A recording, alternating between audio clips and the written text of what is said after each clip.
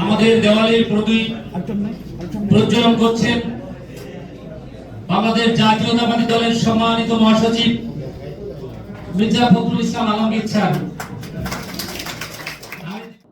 বিভিন্ন রকম কথা বলে বিভিন্ন রকম কর্ম করে ভাঙন ধরাতে চায়। আমরা অত্যন্ত সচেতন ভাবে এই ভাঙনের বিপক্ষে। আমরা বাংলাদেশ এক, আমরা সকল মানুষ এখানে যারা বাস করি ভূখণ্ডে আমরা সবাই এক, এবং এই ভূখণ্ডে বসবাস করি হিন্দু, মুসলমান, বৌদ্ধ, খ্রিস্টান এবং চাকমা, মারমা, উরাও সবাই আমরা একই সঙ্গে শান্তিতে বসবাস করতে চাই। শান্তিতে আমাদের বিকাশ চাই। আমাদের প্রতিটি সম্প্রদায়ের ছেলে মেয়েরা যেন লেখাপড়ার সুযোগ পায়, স্বাস্থ্য সেবার সুযোগ পায়, কর্মসংস্থানের সুযোগ পায়, সেটাকে আমরা নিশ্চিত করতে চাই। আপনারা নিশ্চয়ই দেখেছেন যে আমাদের ভারপ্রাপ্ত চেয়ারম্যান সাহেব 2022 সালে যে 31 দফা দিয়েছিলেন, সেই 31 দফার মধ্যে কিন্তু এই কথাগুলো খুব পরিষ্কার করে উল্লেখ করা আছে।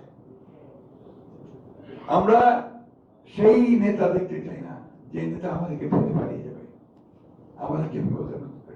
আমরা সেই নেতাকে চাই যে যে কোনো মুহূর্তে সবাইকে নিয়ে সামনে দাঁড়িয়ে নেতৃত্ব দেবে। এই বিষয়গুলো আমরা অত্যন্ত গুরুত্বের সাথে বিবেচনা করতে চাই। আমি সে কথা বলি, আজকে কপিল এবং সোমনাথ বাবুর সঙ্গে আমার প্রথম কথা হয়, তারপরে আমরা আলোচনার মাধ্যমে আজকে উপস্থিত হয়েছি, প্রেস কনফারেন্স করেছি। আমরা অতি শীঘ্র সম্ভবত 2 সপ্তাহের মধ্যেই আমাদের ইউনিভার্সিটিতে আমাকে কপিল বলেছে, সোমনাথ বাবু বলেছেন যে আমরা একটা বৃহত্তর সমাবেশ করব আপনাদের সম্প্রদায়ের মানুষদের সঙ্গে।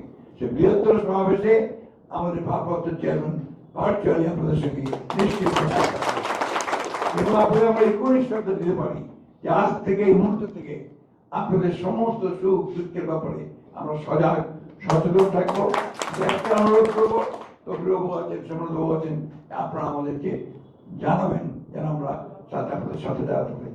আরেকটা কথা পরিষ্কার করে সরকারের উদ্দেশ্যে বলতে চাই, বিশেষ করে আপনার সরকার আইন শৃঙ্খলা রক্ষাকারী বাহিনীকে, যে আমরা দেখতে চাই না যে আপনারা আমাদের এই সংখ্যালঘু সম্প্রদায়ের মানুষদের কোন রকম বিপদের মধ্যে ফেলেছেন, কোন রকম তার জন্য তৈরি করছেন বা কোন রকম সমস্যা তৈরি করছেন। এটা আমি খুব স্পষ্ট ভাবে আপনাদেরকে উদ্দেশ্য থেকে বলতে চাই। আমার কাছে অনেক খবর আসে, দয়া করে এই সম্প্রদায়ের মানুষদেরকে কেউই কখনো তারা হয়রানি করবেন না কোনোভাবে। আমাদের সদস্য, আমাদের ভাই, আমরা তাদের পাশে আছি এবং সমস্ত শক্তি নিয়ে থাকবো, এটা আমাদের আপনারা নিশ্চিত থাকতে পারেন।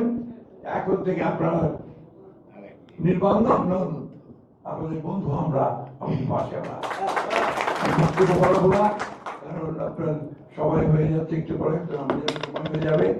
আমি শুধু আপনাদেরকে আবারও আন্তরিকভাবে মোবারকবাদ জানাই, শুভেচ্ছা জানাই, অভিনন্দন জানাই। সহমত পোষণ করে বাংলাদেশ জাতীয়তাবাদী দলের সংগ্রামী মহাসচিব মির্জা ফখরুল ইসলাম আলমগীরের কাছে তারা পুষ্প হস্তান্তর করছেন এবং পুষ্পমাল্য অর্পণ করছেন এবং আনুষ্ঠানিকভাবে আজকে বাংলাদেশ জাতীয়তাবাদী দলে যোগ দিয়েছেন।